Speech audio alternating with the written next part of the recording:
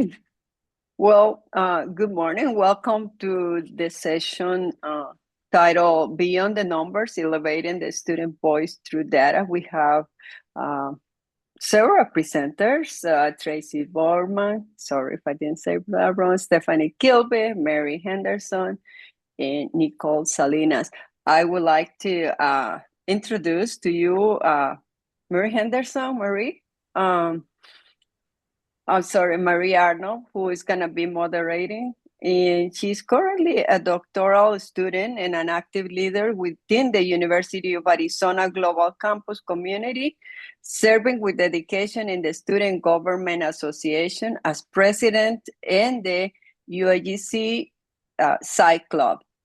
Through her consistent involvement in leadership roles, she has fostered student engagement, supported collaborative initiatives, and championed mental health awareness across the campus, the club campus. Thank you so much and welcome. Thank you so much for that introduction. As you now know, my name is Sharissa Arnold, and I am the current president of the UAGC Student Government Association. In this role, I frequently focus on raising awareness of student needs to promote student success by giving a voice to all students and hearing what they need to do better and feel better about their education. This presentation will do an excellent job at highlighting these important metrics and how we can cultivate growth and improvement in student engagement to also support student success. We recognize that student connectedness is a crucial component for both students and university administration in terms of engagement. To examine this concept better, my first question is for Nichole. What practices or approaches have helped you personally feel more connected to students? Thank you, Sharissa. I really appreciate that question. And just to introduce myself briefly, my name is Nichole Salinas. I am our Director of Student Reengagement. So my teams actually support all of our returning students who have previously attended the university. And these students may have been inactive for a day or a year to infinity. And no matter what length of time it's been since our students have been here, our goal is always to connect with the student and really understand what types of circumstances they were facing that may have led to them being in an inactive status, really understand what their experience was like while they were here, and then ensure that we are uncovering any barriers and addressing any concerns by connecting our students to those university resources. So we want to make sure our students are back in class, but that they are also feeling like they have the support that they need to be successful. So when I think about being connected to our students and really understanding their viewpoint, I look at the many different methods that we have to collect student voice in our student services department and really how it shapes our view of the student experience. One of those methods that I look at on a consistent basis is our Voice of Student survey. This survey is actually provided to students when they call into the university and connect with someone in our department, and they're given the opportunity to reflect on their experience with that individual that they just connected with. Sometimes through that feedback, we do see what the student's viewpoint is on the policy or the process that they're navigating, and it's really more about their experience in that process. And sometimes they're reflecting on their experience with that advisor. But either way, we're able to understand in that one interaction what it is that the student was facing and how they felt about that circumstance. Another method of feedback that we receive is the withdrawal survey. And this survey is feedback that's collected from students when they are going into an inactive status. We review this feedback monthly, and this gives us an opportunity to really understand what those circumstances are that might give that student that impression that it would be better for them to take a pause in their education at this time. They're able to reflect on the university resources that they used and what their experience was like. But they're also able to communicate to us what their ongoing plan is. When do they plan to return? What it is that they plan to do going forward? And then my team is able to take action and reach out at an appropriate time based on the feedback that they're giving us. And then we have more of the, I would say, organic ways that we obtain feedback from students, and this would be through interactions with advisors. So this feedback comes from student interactions through phone calls. It might be emails with advisors. Maybe it's our chat or SMS interactions. And what I really love about this method is that it is coming naturally from just connecting with our students, which is always our goal in our department. So advisors are using the service model as a framework for building rapport with students and giving them that open space to share how they're feeling and what is going on in their experience, whether it's in the classroom or out of the classroom. And then we can partner with our students on next steps in their education. So these are some of the, more, I would say, formal and informal methods that our department's gaining student feedback. But then how do we use that feedback? So what I really love about all the different methods of feedback is that we can take that back to our leaders and we can figure out, is this a one-to-one advisor development or opportunity for celebration? Is it something that is really more about that individual that's connecting with students? Can we figure out what we need to support that individual with, maybe meeting the students' needs in a better way? Or are we celebrating how they're doing that? And we're giving them that feedback and saying, look at how great your student felt because they connected with you. So we have the opportunity to do both there. Sometimes we are able to take a look at our policies and our processes and revise them and remove any barriers that we uncovered based on the students' feedback. Oftentimes we take that feedback and we go to our outreach strategy and we figure out based on the students what they're sharing with us that they want to hear from us at a different time, or they do want to come back and we need to reach out specifically then so that we can take action on what they shared with us. And lastly, we do find opportunities to revisit our university communication and review for clarity. Sometimes students are sharing that they didn't understand what we were saying to them. And it's important for us to go back and understand, like, did this make sense to us, but not to them? Because really that's what matters most. That's like a really great answer. And I truly feel that utilizing the tools that you have to enhance your perspective on the student experience is a great way to strengthen that alignment in your work, especially as you use the collected data to effectively address student needs. So my next question now is for Tracy. What stands out to you most about the engagement and belonging results from the NSSE survey? Thank you, Sharissa. My name is Tracy Bormann. I am the Director of Institutional Research here at the University of Arizona Global Campus. In my current role, I lead the team that completes research and analyses both internally and externally. We manage all of the data reporting requirements as well as survey administration for the institution and externally through surveys like IPEDS and the National Survey of Student Engagement, or NSSE, that I will be talking about today.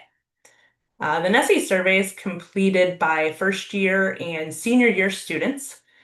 This survey helps institutions measure how students engage with learning opportunities, both inside and outside of the classroom. It assesses how students engage with their studies and the campus environment, the faculty, and the results help institutions to understand what's working well and where is there room for improvement. The data gives us insight into how effectively we are creating environments that foster belonging, persistence, and growth. And we participate in this survey every other year. So to answer Sharissa's question, if you give me a moment, I will share our results. Okay. Are you able to see the slides now? Yes. Okay. In 2025, our response rates were 16% for seniors and 9% for first year students. This is slightly lower than 2023, but still gives us some valuable insights. Response rates can often fluctuate with student fatigue, communication timing, and modality. So our challenge is always finding new ways to engage participation. To address Sharissa's question about what stood out to me most about the survey results, we're going to look at our general satisfaction first. General satisfaction saw increases for both seniors and freshman students when compared to the last time that we completed the survey, and also when compared to national results. In 2025, 93% of seniors and 97% of freshmen or first-year students stated that they would probably or definitely attend the same institution if they could start all over again. 93% of seniors and 96% of freshmen rated their educational experience as good or excellent. When looking at first-year responses, some of the items that stick out to me are the positive differences from the national averages within the areas of effective teaching practices, quality of interactions, learning strategies, higher order learning, and the reflective and integrative learning areas. The negative differences from the national average that stick out are in the areas of student-faculty interaction and collaborative learning. We're going to talk more in depth about both of the strengths and the weaknesses in just a little bit. When looking at senior year level, we score above the national average in all areas except for student-faculty interaction and collaborative learning. The quality of interactions, higher order learning, effective teaching practices, and learning strategies continue to have over a 5-point difference from the national average. Similar to the first year responses, student-faculty interaction and collaborative learning are areas for growth at the senior year level as well. The findings across both levels invites us to think about how we design the student experience from that first course onward.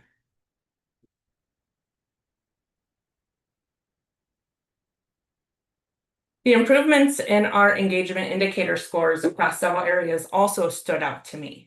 The quality of interactions, effective teaching practices, learning strategies, and supportive environment themes stick out to me because our engagement indicator scores are higher than the national average, but in addition, we scored higher than we did in 2023. The biggest improvement was seen at both the senior year and first year levels. In the supportive environment area, which highlights student support services such as tutoring, writing center, and support to help students succeed academically. The improvements in the scores tells me that we have made improvements that are impacting these areas, and the students are recognizing that and giving us that feedback. These are all critical metrics to assess how we progress in student success as well. On another note, I may be biased, but I share the same sentiments as most of the students who responded regarding general satisfaction. It's one of the reasons why I got my master's here, and now I'm getting my doctorate. So, it definitely shows. So my next question then for Tracy is, where did the data reveal strengths and opportunities for improvements? Absolutely. So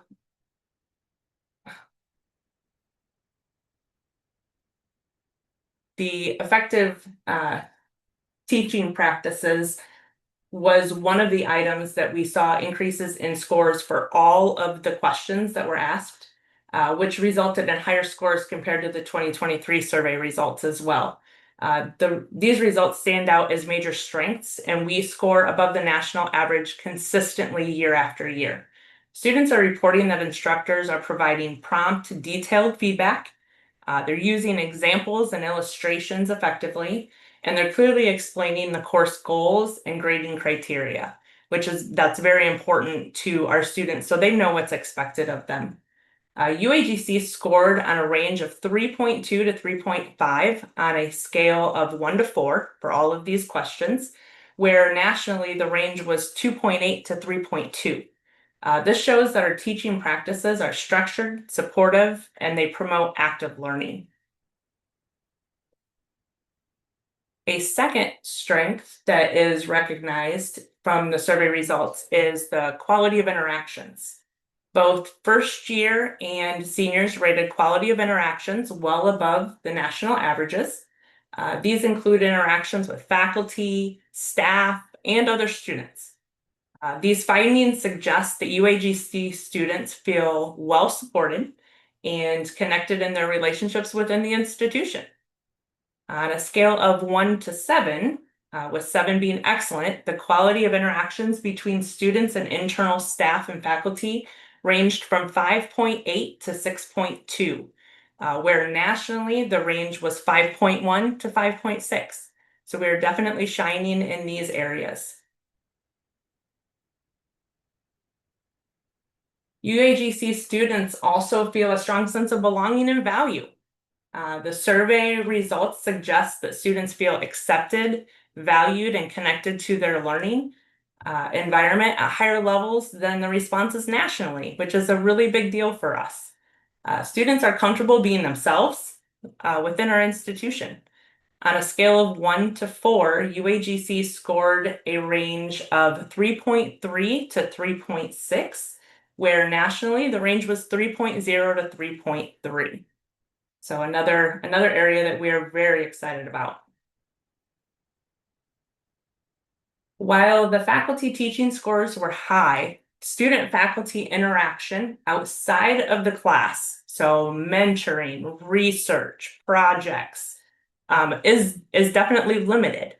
While UAGC is an online institution, there might still be an opportunity for us as an institution to create more informal touch points with instructors, such as mentorships and Q&A sessions.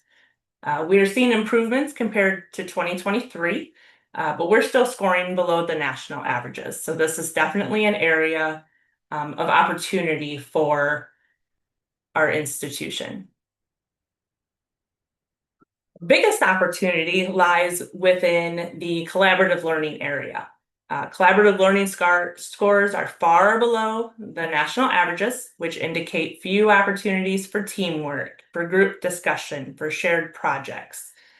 This reflects the realities of an online adult learner environment where students are working independently.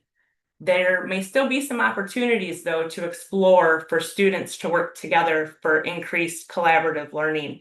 And it's just going to take some thought and some ideas from our faculty and staff to make that happen. Yeah, it is interesting to see how these metrics change from the first year to the senior year. And I also must say that I'm not surprised to see that the sense of belonging and quality of interactions are strengths, as every single experience that I've had with the clubs here at UAGC and with administrators and faculty has been absolutely amazing.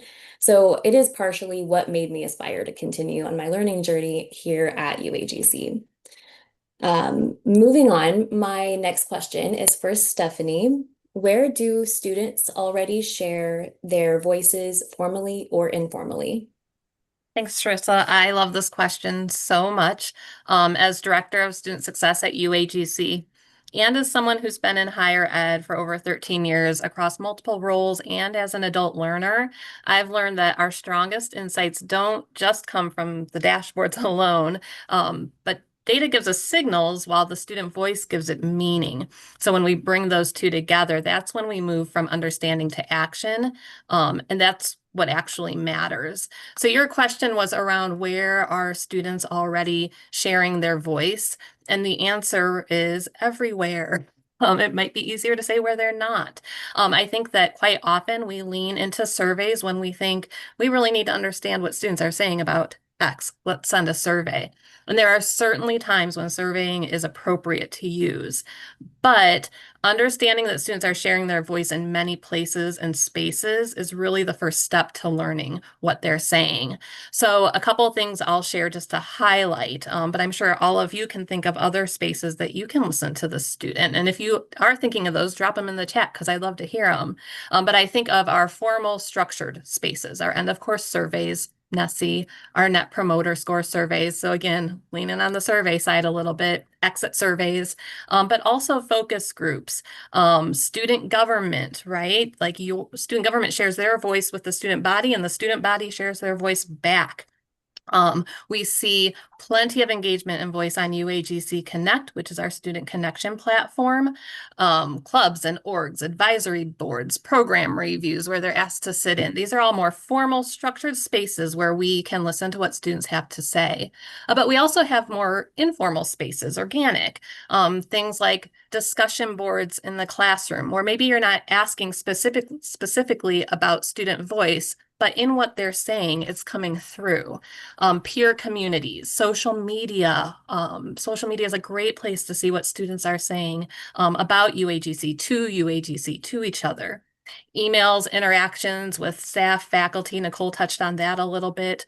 Student voice comes through complaints or escalations, through tutoring, through career services. So there's all these spaces that are not set up specifically to have student voice come through, but it shines there. So recognizing that that's an area we need to look to. And then finally, I would just mention that there are some implicit places where we can listen to our students. So in the patterns of our enrollment, our course registrations, in the patterns of who is leaving the university, at what times or for what reasons. What are they going to in terms of events that we're hosting, webinars? What are they not going to? And so I think that something I think about is we put a lot of resources out there and opportunities for students. And sometimes our first instinct is if a student didn't go, that means it wasn't a good idea or they didn't want it. And part of listening is understanding that if the student doesn't go, it's an indicator that we need to listen at a different level. Why? Was it confusing? Was it timing? What was it about that made it a challenge? So again, data can drive kind of that initial insight, and then we should seek to really listen and learn more. So if I had a key takeaway from where are students sharing their voice, it would be this. Student voice is not just what students are saying. Sometimes it's what they're choosing. Sometimes it's where they're going. Sometimes it's where they're not going. And I'd also share that everybody in this room, everybody who works in higher education, whether you are frontline working directly with students in the classroom, on the phone, or you're behind the scenes supporting technology, HR, whatever it is, student voice matters to you because you are here to impact the student experience, and the students will share with you what that experience is. We just need to get creative in how we understand what they're saying about it. I think that is very well said. From a student leader perspective, I can usually see how engagement can slow down when with attendance to certain events as they decrease, or also when there isn't much activity in the group on like UAGC Connect. We don't usually know why engagement slows, but there must be a reason. Therefore, as leaders, we must determine what we can do to grow and improve our abilities. So my next question is for Marie. How can we embed feedback loops into our existing processes or meetings? Thank you, Sharissa. I am Marie Henderson. I am the Director of Performance Management for Student Success in the Office of Student Success. My team focuses on our critical student goals, retention, completion, and value. And so we're always trying to identify where our trends are telling us, not just in the data, but in what students are saying and what information is telling us where we are having challenges and successes so that we can continue to advance student success at UAGC. And I really like this question because everybody that knows me, I'm a little bit focused on routines. I have to have a habit. If I don't have a habit, I will not do it. So, in thinking about how we plan for student information to drive our work, it's important to take a step back and ask yourself, what is important to me? What are my priorities? How could student voice inform those priorities and how I improve in those areas? And we heard from Stephani and Nichole about numerous ways that students tell us what they want or need, either through their voice, through their interactions with us, or through their behavior that might cause us to pause and question, well, why are we seeing this behavior? Why are we seeing these trends? So really the best way to incorporate this into your planning is to take work that you are already doing. You don't want to add work to your plate, but what are you focused on? What is important to you? And ask yourself, What are examples of student feedback that I could use to inform my practices? And then take action. Go get the data. Maybe if you don't speak directly to students, maybe go talk to some of our advisors and ask them, have you heard from students about this? What are they telling you? If you are an instructor, and you could use your discussion posts, or you could reach out to students. I heard in a session earlier today that students like personalized outreach. Email them and ask them why, or did you like this? How was this approach? Just find a way and plan for it. When are you going to do it? And take action and do it. And then most importantly, use the information that you are collecting.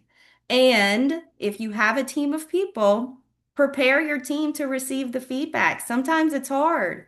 It can be challenging to hear feedback that makes us uncomfortable. Maybe we've been doing something a certain way for a long time. So we need to prepare ourselves mentally to be ready to hear that we might need to change. So make sure you plan for using the feedback and prepare your team for it. I definitely agree. And as a doctoral student, this reminds me a lot of the process of research. If I feel like I don't know enough, I should read more, conduct further research, and then apply it to my existing knowledge. And it also reminds me of in SGA, we we created a suggestion box. And this has actually given us a really great pathway to hear students and hear what their needs are and how we can start implementing that into our events and how we can improve the student experience. So I think that falls right into place for, as an example of what you just spoke about. So thank you so much for sharing that. My next question goes back to Stephani. What barriers might prevent us from translating student voice into change? There's a lot of barriers, right? So I'm going to flip the script a little bit because I'm thinking, as everybody's talking, I'm thinking about our learning outcomes for the conference this week. And one of the learning outcomes is around tapping into our collective wisdom as a community, right?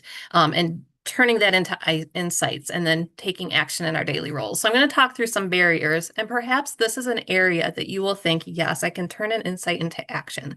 So I would love to know what resonates with you. I'm going to share my key takeaway from this section before I share my thoughts. So my takeaway really is around how student voice, really any voice, without action just becomes noise, right?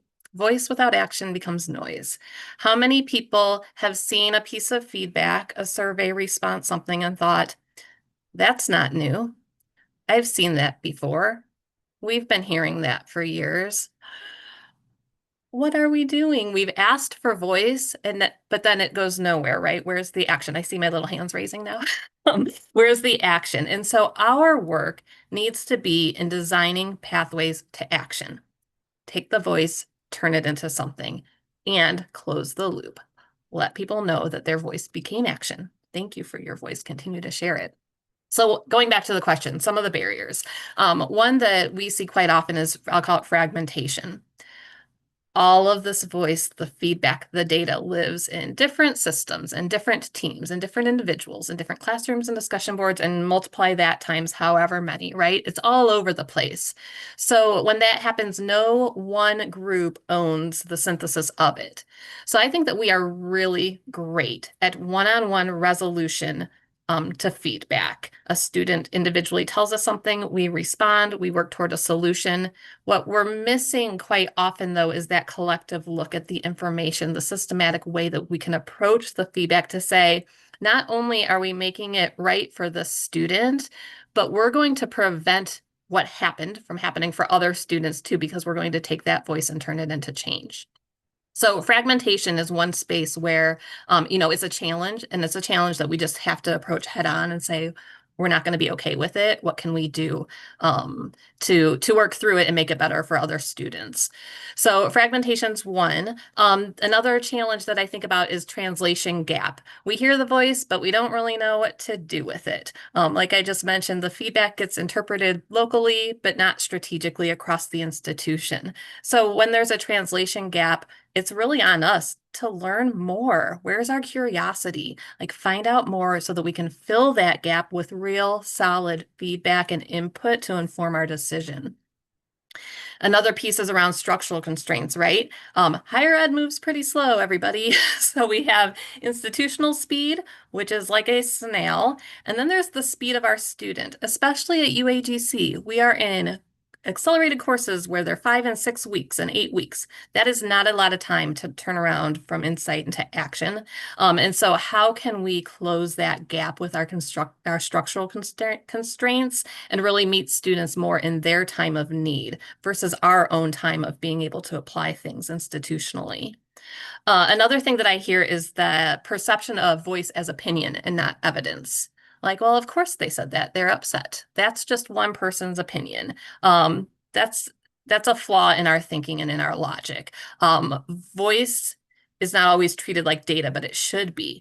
Qualitative data matters, and it actually fills some of the gaps that we were just talking about. So if you hear something, I just urge everybody, don't write it off. One voice, like maybe you will dig in and you will find that it was a unique situation that you can help through, but you got to dig in. You can't just write it off from the beginning. And the last thing that I'll mention that I do think is a barrier and is reflected perhaps in some of our response rates, our attendance rates to events, that's the lack of feedback loops. We ask for feedback all the time. Sometimes we then turn that into action. We rarely close the loop and say, here's what we changed because you said this. Thank you. What else you got? When people start to get quiet, that's when we should be really concerned. So survey response rates dropping lower, students not responding to inquiries, not attending things. If social media gets quiet, that's not a good sign. Like there should be something being said out there. And so that's an opportunity to really consider, are we closing our feedback loops and making sure that people know their voice is heard and it's becoming action and we need to learn more. Because without visible impact and knowing that they were part of the solution or the action, students are going to disengage from giving voice in the future. Absolutely. Addressing these barriers is important for a growth mindset. And so I agree that finding those actionable steps is crucial to making things happen. Circling back to Marie, my next question is, how can we plan ahead so that student input is timely and actionable, especially considering what Stephani just discussed? Oof. I mean, it's difficult, right? I mean, sometimes you don't have what you need. And I mean, I want to refer back to planning ahead. That's very important. And so making sure that it's timely and actionable, you want to put it on your calendar. Like you want to, if you're not used to doing this, if you haven't done it before, you want to identify the ways that you're going to collect student voice. Who's going to collect it? When will you need it to inform your decisions? Because if you've already made your decisions, if you've already looked at your data, and then you look at the student voice, you've had a missed opportunity. So thinking ahead in what is it? When will I get it? Who will get it? When do we need it so we can use it? That's really it sounds super simple, but we all know it's hard. But putting it on the calendar, investing others is also really important. Letting your team come to the table with ideas that maybe you haven't thought of as a leader. So investing your team and letting everyone participate in the process of using student voice will also generate that buy-in that you need to make sure that you are hearing that feedback and applying it to your decision making as you move forward. Let me see. I think that's really, really all it takes, right? Very easy. Thank you so much for that. Yeah, I feel like there's always room for things to be done, but we tend to overcomplicate that sometimes, and sometimes we just have to consider the main metrics that we already are aware of. So one more question before we decide to take some questions from the audience, if time permits. Nichole, what are the first actions that we take based on what we've learned from all of this data? Thank you, Sharissa. It's been wonderful hearing so many different perspectives of where student voice is used at different levels in our university from different roles and even from students, hearing that students are actively involved in this. And so really that is the first step, is taking a step back and looking at your role and the department that you're in and truly identifying where student voice shows up today. There may be, as Marie was mentioning, a missed opportunity. Maybe you are in the middle of making decisions and creating a new process or a policy, and you've missed that opportunity to let the students inform your decisions. So, are you in a place where you can still incorporate that? Or do you need to start to plan for what policies, what processes can be revised and take that opportunity to figure out when am I going to collect the student voice? How does that look? Who do I need to work with on that? And then plan it out, like Marie just said. Put it on your calendar and make it happen. When you start to look at where feedback is being used today, that gives you an opportunity to add or remove things from your process. And so you need to understand, do students know that their voice is being used in your space? We've talked a lot about that feedback loop. If they don't know, then they're less likely to continue to give feedback. And we need that, as we've all learned today. And also, do they know how to provide feedback? Is it being provided to you in a very strategic way? It's very formulaic. We've actually asked them for feedback, or is it more organic and we're receiving it as we have connections with students? And also, is there a consistent ask for that feedback, or are we only receiving it because of an issue? Because then we're missing out on opportunities to find out what's going well. What do they like so that we can continue to do that? Then it's important to understand, once you get that feedback, who you can collaborate with to ensure that the feedback is getting to the right place. Sometimes we have the opportunity to hear feedback from students about an experience that happens outside of the role that we're in.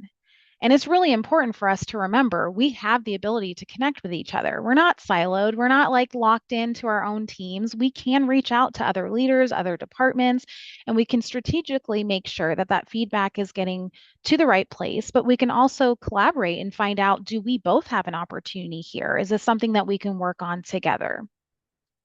We also need to think about ourselves, and are we leading by example? Are we using our own voices? Are we thinking about things creatively and strategically? And are we getting that feedback to the other leaders that we work with and making sure that we are showing that feedback is useful and important? Because if we feel like it's important, then we're more likely to take action when we hear other people's voices. And so you want to remember that no matter what role you're in, whether you are a student, a faculty member, an individual contributor, and you're on the phone with students every day, maybe you're in IT, maybe you are working on projects that support students, or maybe you are a leader in your department. Your input, your ideas, your experience matter, and the more that we share, the more we grow. And then my most favorite part is celebrating positive feedback. And so we need to think about this. How are we doing that? And how can this benefit our organization? So celebrating positive feedback creates a greater sense of connection to our students. And that's the first question that we started with, is like, how connected are we to them? So if we know that our students are driving our decision making at our organization, we're going to feel more connected to them. Celebrating positive feedback creates a greater sense of pride. It supports with the idea of culture of care. So it makes us feel like we actually are living that out. Celebrating positive feedback increases motivation because it drives our purpose. We all have that unified goal of creating an exceptional student experience and driving student success. So using student feedback in our work gives our teams the ability to see this in action. And there is a psychological increase in motivation when someone can truly understand and see the purpose come to life in their work. Celebrating positive feedback increases visibility of what is working and what isn't working. So this allows us to move away from those static policies or processes that may not work for our students anymore. And I believe I heard Stephani say this earlier, but it's not about what we've always done, but what we need to do now. And our students will tell us. They will tell us what we need to know. And lastly, celebrating positive feedback empowers our teams to share that information. We need to also go back to our teams and find out from them, what are they hearing? This shouldn't be something that stays with you. It should be something that we're collaborating on with others. And if our teams feel like they're part of the process, then they can see that we truly value the student voice in every aspect of our work. Those are all amazing takeaways from this data. I think that a lot of it really centers in on that culture of care aspect that UAGC takes so much pride in. And I think that that's what makes UAGC such a strong competitor as far as, an educational entity. So thank you so much for that. I definitely learned a few things from this presentation, and I hope that the audience also took away something valuable as well. Now we do have some time, so I would like to open this up for some Q&A. So if anyone in the audience has any questions, there were a couple of questions that did come up during the presentation, and I know a few of our presenters have answered this question in the chat, but if anyone else would like to chime in, please do. Alexa Dunn said that we have used student voice to adjust the format of our research and our guidance on the PLA process. We continuously identify where we get the most clarification seeking questions and use that to help guide us. We may be saying the correct thing, but is it being received? I don't know if that was kind of like a hypothetical question, but how can we make sure that this is being received? And then she also added that we look forward to our new transfer credit surveys rolling out this year. I know that PLA has been a very popular topic, especially through the student government. We have heard a lot of people talking about PLA. So do we have any thoughts on Alexa's comment? If not, that's okay. I'd love to share an example, Alexa, that you made me think of, because I think that you make a great point. Sometimes we do the thing that we know that we need to do, and then we're like, we did it, and now they've got the information, but that, again, not closing the loop, right? And I think about some revisions that we made to our technology policy in the past year, which really came from, I would call it implicit student voice. We were recognizing that students were coming to their first class and other classes not prepared with the appropriate technology to be successful in class. And so there were some revisions for clarity, like it's kind of buried, the language is clunky. How can we make the technology policy very clear for students so that they know from day one what they need to be successful in class when it comes to their device? And so we rewrote all of that. And then we did what we need to do more of. And we said, okay, technology policy revisions are launching. Let's check the next couple of start dates. Students who start class, was it clear to them and did they understand what the expectations were? And so we short-term deployed a one-question survey as students were starting class that simply said something along the lines of, did somebody walk you through the technology policy and do you understand what the appropriate device is for your class? It was worded much more in a much better way, but it was about saying, if we're going to try to come up with a solution and it is around making sure that students understand or that our language is clear, guess what? We have to go back to the student and ask them. Otherwise, we're missing the opportunity to see if what we did was even effective. So it goes to really what everybody's been saying, but I also want to just point back to what Marie said. It's about planning. It's about knowing what you're trying to achieve. And then it's about understanding where am I going to get the voice when I need it to make sure that it drives our action and that it can be our own pulse check. Because we might find that, oh, it was better, but not where we wanted to be. So let's keep going. How can we keep making it better?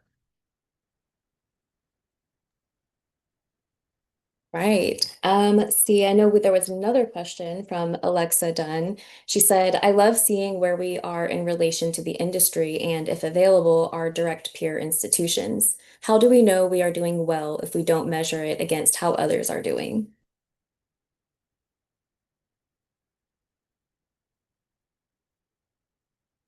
Any comments?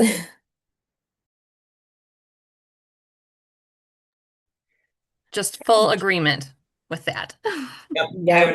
I would agree. And we're working on, because we are a different institution these days, we are working on who are our peers, because we now are a public institution. part of a land-grant institution, and we look very different than we once did. So making sure that when we're comparing ourselves, we're actually comparing ourselves to somebody that is on the same level or has the same type of institution we have. But that is definitely something we continue to look at and continue to measure ourselves, and looking at it from the lens of the student is going to be a very important part of that. Right, we had another question from Greg Rogers. He said, do students want collaborative learning experiences? I know we all kind of had some comments under there. I know I mentioned something about how in student government, yeah, we get a lot of requests for social events. So we know that there are students who are requesting more events, but even outside of social events, I know I've received a lot of requests for like really focused career service type events. So like they're really looking for how is this degree going to be implemented and things like that. Like they're really looking for career opportunities. Anyone else have any comments? I'd love to, first, Dr. Rogers, thank you for the question. And I'm going to do what he probably expects me to do, which is not answer it. But I want to tie it back to NSSE, because I believe that was when the question came through. We're seeing this one area where one of two areas, right, where we could use some work. And the question was, do students want this? And it really made me think of what a charge to tie our whole presentation together. Like, how are we taking action in the spaces that we're seeing NSSE is telling us we have, NSSE results are telling us we have opportunity. And for me, it's like, let's learn more. Let's do an inventory of how we would identify collaborative learning experiences at UAGC and see if they even stack up to what we know what we offer. Then do students understand that that's what's out there? Like, how are we going to make sure that 2 years from now, we're not just sitting here patting ourselves on the back for a move better or like wondering why it got worse without actually putting some focus on understanding what it is and then trying to take action to change the result, right? And so this was one example where I thought, gosh, I'm really glad he asked that question, because I think that there's a charge to all of us to say, like, this is great information, and what does it mean, and where do we want to put efforts, and then can we use this as a measure 2 years from now to see how we're doing in this area, with some pulse checks with our students in the middle, so that it's no surprise where we land. And this is one space where students are telling us what they want. They're answering questions. We're getting a lot of great feedback about some other spaces. How do we tie it together? Like, this is, I think, really huge for us to work together across departments to say we're going to address these things. Great. Thank you so much, Stephanie. We have two more questions, both from Destiny. The first one says, how do you think the university can do a better job showing us that our feedback actually matters and leads to change?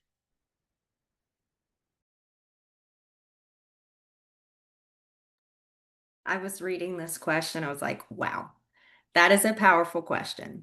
How can we do that? Because I haven't seen that we do that in open areas. I think there are some meetings that we have with students every now and then, maybe in particular programs where we let them know that their voice has led to change. But as a larger community and university, I don't believe I've seen us do this. And so I was looking at this question and wondering what you think, Sharissa. What would be, what would you want to see? I could, we talk about how we communicate with students a lot, and how do we make those communications meaningful? And so I wouldn't want to just throw another communication at our students.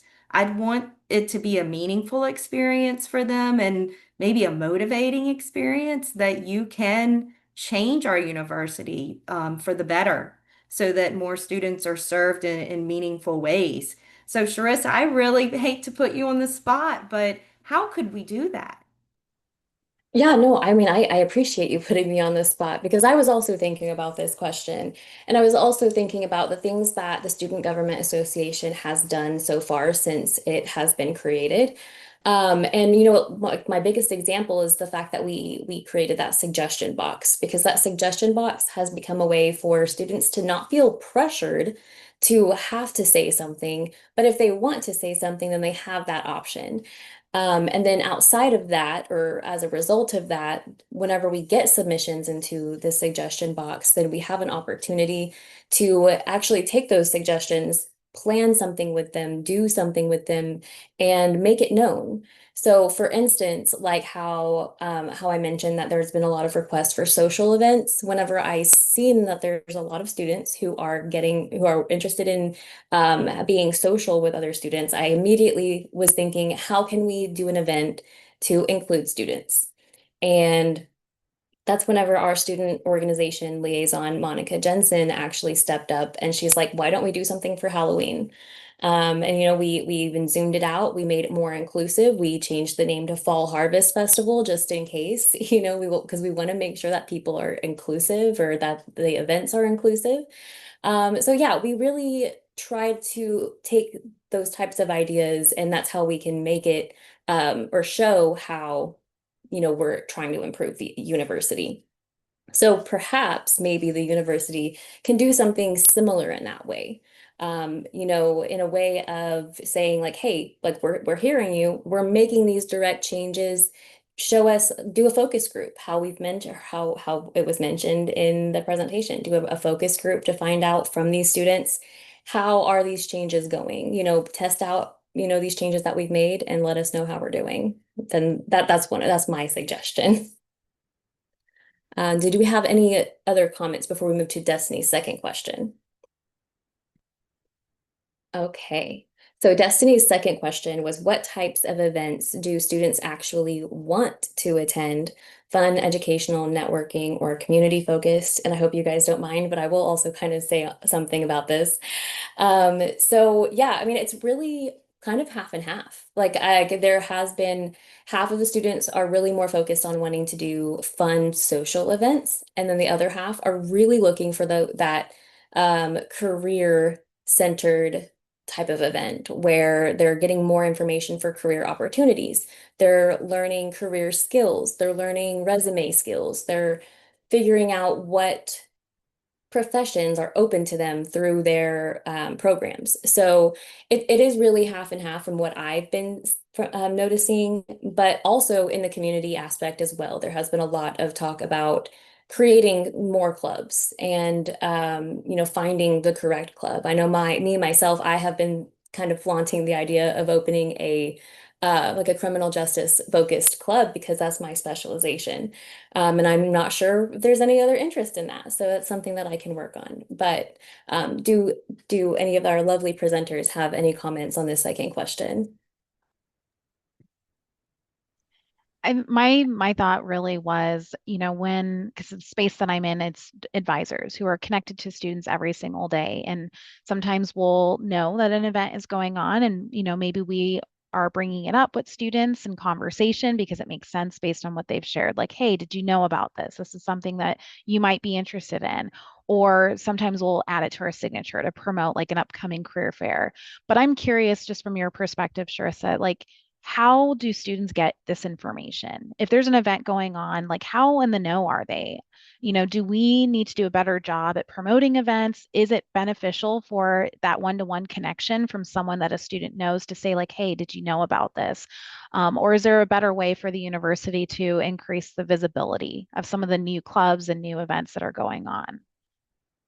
Yeah, so currently, like what the Student Government Association utilizes, we use the Connect bulk email function to help get that word out. So anybody who is a part of the Student Government Association group on Connect, they're going to get that email that I sent out.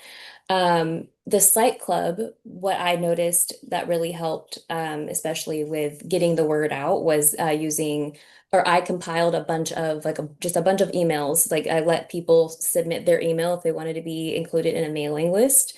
And then I used that mailing list to make sure that as many people in the site club are being notified as possible. But then I also started, especially this year, kind of helping students become familiar with UAGC Connect, because that's the main communication platform that we're using outside of the classroom. So, that's what I've really been focusing on, helping people get connected with, understanding how to use it. So then that way that can be the main platform that you can find the events. I love that. Yeah, but I definitely feel like there should be other ways that we can reach students. And I know a lot of people have also been talking about, the LinkedIn groups or Facebook groups and other social media platforms as well. So I don't know if that would be also an option. I know UAGC itself does have platforms on all of the social medias. So perhaps that's something we could also think about in the future. Thank you. No, I think that's a good point. Driving students to UAGC Connect sounds like a great way to ensure that they're not missing out. Absolutely. I think the All other right. thing, I know we're coming up on time. I just want to mention really quick, Sharissa, because what you had me also thinking about is sometimes we make a lot of assumptions about what our students do or do not want. Like our students don't want fun things because they're working adults and this and that. And two things can be true, right? And so there is certainly something to just asking.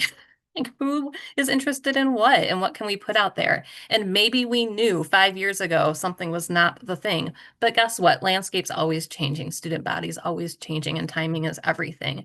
So student voice, again, like to tie it all back, constantly listening and never being satisfied that what you have is an answer. What you have is a point in time perception of what's going on and what needs are, but that can change too. So that's why it has to be a constant effort and continuous learning opportunity. So I just wanted to throw that out there for everybody to noodle on a little bit.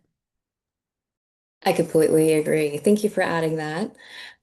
So we are getting a little bit close to time, but I just wanted to also add that, yeah, UAGC Connect, everybody can sign up for it. I know it's been dropped into the chat. So if you are a student or a faculty member or even alumni, and you haven't signed up, definitely sign up, reach out, get connected to fellow students and faculty, and see how you can also be involved.